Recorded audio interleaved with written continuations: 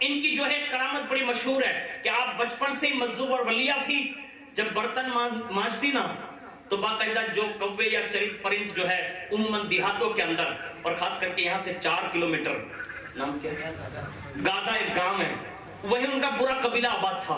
اور یہ بڑا خاندان اس زمانے کا رہا۔ یہ اپنے زمانے میں بچپن میں برتن مانج رہی ہے اور جب یہ کوے چڑیا یا چرند پرند آ جاتے نا تو ظاہر سی بات ہے عورتوں کی ایک مزاج اور طبیعت بھی ہوتی ہے، فطری تقاضا ہے، یعنی وہ جانوروں کو بھگانے کی غرض سے، لیکن جو مجذوب ہوتا ہے نا تو پھر اس کی زبان تقدیر الہی بن جاتی ہے، یعنی جس پر جذب کی کیفیت طاری ہوتی ہے نا تو پھر وہ جو بولتے ہیں نا وہ ہوتا ہے۔ اسی وقت جب وہ پریشان کرتے تھے تو ایک دن جذباتی کیفیت طاری ہوئی اور فرمایا سب کے سب مر جاؤ، بس یہ جملہ کہا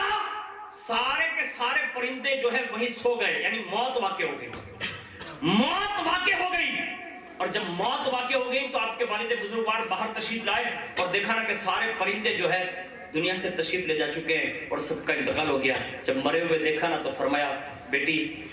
ان کو کہو نا کہ یہ اڑ جائیں۔ اللہ اکبر، یہ کتنے بڑے لوگ تھے، بابا کی بات کتنی اچھے سے مان لی۔ اسی وقت فرما برداری کرتے ہوئے کہا اڑ جاؤ، ابھی یہ جملہ پورا ہوا دوبارہ اللہ نے زندگی عطا فرما دی۔ یہ کیفیت ہے ان کی زبانوں کی، ہم صدیوں کے بعد سن رہے ہیں، تقریباً 450 سال کے بعد ہم اور آپ ان کے عرس کی تقریب میں سن رہے ہیں۔ ہم صرف سبحان اللہ کہنا جانتے ہیں، لیکن اللہ کی عزت کی قسم آج بھی جتنی چیزیں موجود ہیں اگر کوئی تجربہ کرنا چاہے تو عذرائے امتحان نہیں، عذرائے محبت کر کے دیکھ لے۔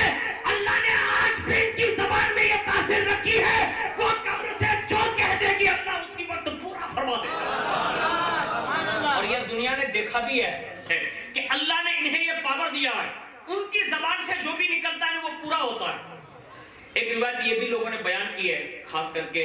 یہاں کے جو پرانے علماء رہے ہیں، میرے خیال سے مولانا عثمان غنی صاحب کے والد بزرگوار، انہوں نے خود نے یہ باتیں بیان کی ہیں اور بہت سارے علماء نے، اور یہاں کے لوگوں میں بھی یہ بات مشہور ہے کہ جس شہر میں مطلب وہ رہتے تھے تو ظاہر سی بات ہے کہ اپنے وہ پرائے ہو،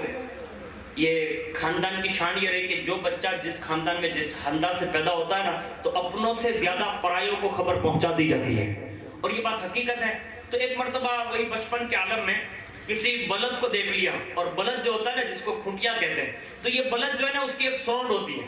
اور وہ پیچھے کی جانب جو ہے ایک ابری ہوئی ہڈی ہوتی ہے۔ تو جیسی سیدتنا نعمت ماں نے دیکھا نا تو ان کی طبیعت کے مطابق کہا کہ اس کو تو کوئی مرض ہے، یعنی جس کو اپنی زبان میں گمراہ کہہ لے تو کہا اس کو تو کوئی مرض ہے، بس قریب جا کر اس پر ہاتھ پھیرانا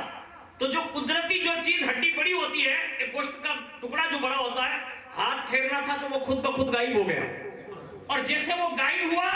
اور باقاعدہ کھیڑوت پریشان ہوا، کہا عجیب اتفاق ہے کہ اگر یہ ابھرا ہوا ہڈی اگر نہیں رہے گی تو بلدہ کوئی کام کا نہیں رہتا، اس لیے کہ بلد جوتنے کے لیے، کھیتی کرنے کے لیے اس کے اوپر جو لکڑی کا ایک بانس رکھا جاتا ہے تو یہ اسی ہڈی پر رکھا جاتا ہے، اگر یہ نہیں ہے تو یہ گردن کے اندر آ جائے گا اور اس کے لیے شدت محسوس ہوگی۔ تو فوراً اس نے پتہ لگایا، کسی نے بتایا اس پر جو ہے سیدہ نعمت ماں نے جو ہے ہاتھ رکھ دیا ہے اور اس کی وجہ سے یہ غائب ہو گیا۔ اس نے فوراً آ کر عرضی پیش کی اور فوراً اس بلد کو لایا گیا، دوبارہ ہاتھ پھیرانا، کہا بلدہ جیسا تھا نا ایسا ہو جا، تو اللہ نے دوبارہ وہ گوشت عطا فرما دیا۔